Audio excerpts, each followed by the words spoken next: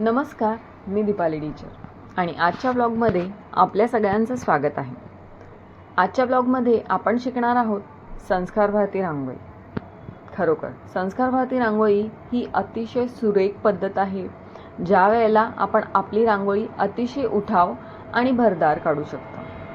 Actually या रांगोळीमध्ये आपण टिपके न देता आपल्या पाचीबुटांचा उपयोग करून आपण पॅटर्न्स ड्रॉ करतो आणि हे पॅटर्न्स एकत्र आल्याच्या नंतर एक मोठी आणि एक अप्रतिम अशी आकृती तयार होते किंवा एक अशी इमेज क्रिएट होते.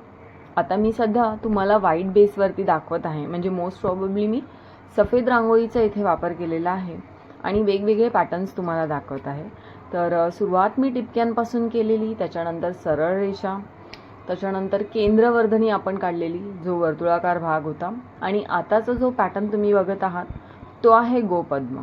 गोपद्म अतिशय शुभ मानले जाते आणि मोस्टली पाटाच्या अवतीभोवती हे काढले जातात. हा आपला नॉर्मल साधा वर्तुळ आहे.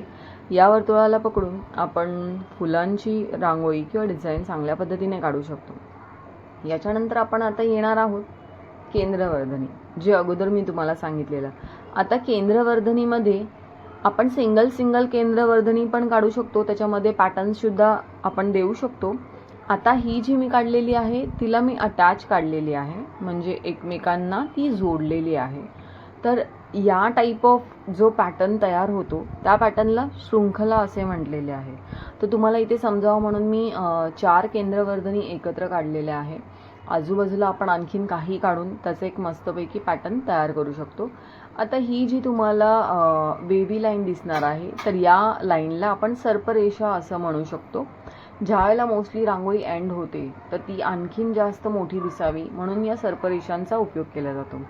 आता हे आहे आपल्या सगळ्यांचे फेवरेट स्वस्तिक.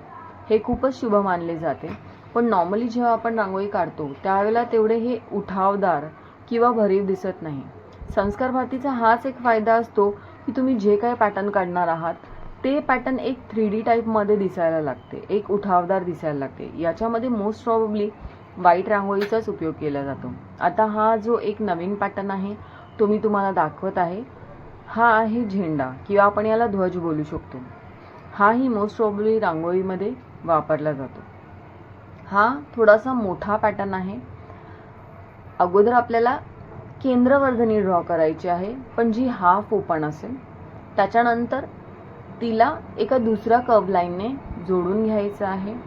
त्याच्यानंतर अशा पद्धतीने आपल्याला वरती 2 आणखीन रेक्टँगल टाईप ऑफ डिझाईन काढायची आहे आणि डॉट दिल्याच्या नंतर असे पेटल्स काढायचे आहे. तर अशा पद्धतीने आपण शंख निर्माण करतो. आता हे सुद्धा तुम्ही बघू शकता. हे आहेत आपल्या लक्ष्मीची पावलं. खूपच इझिली इथे मी ड्रॉ केलेली आहे आणि तुम्ही बघू शकता ही किती सुंदर आणि अप्रतिम दिसत आहे. त्याच पद्धतीने आपण संस्कार भारती टाईप जी पॅटर्न आहे किंवा जी पद्धत आहे त्या पद्धतीने आपण टिपके टाकून दिलेले आहेत बोटांसाठी. तुम्ही इथे बघू शकता. हा जो लुक आहे तो लुक खूपच छान दिसत आहे.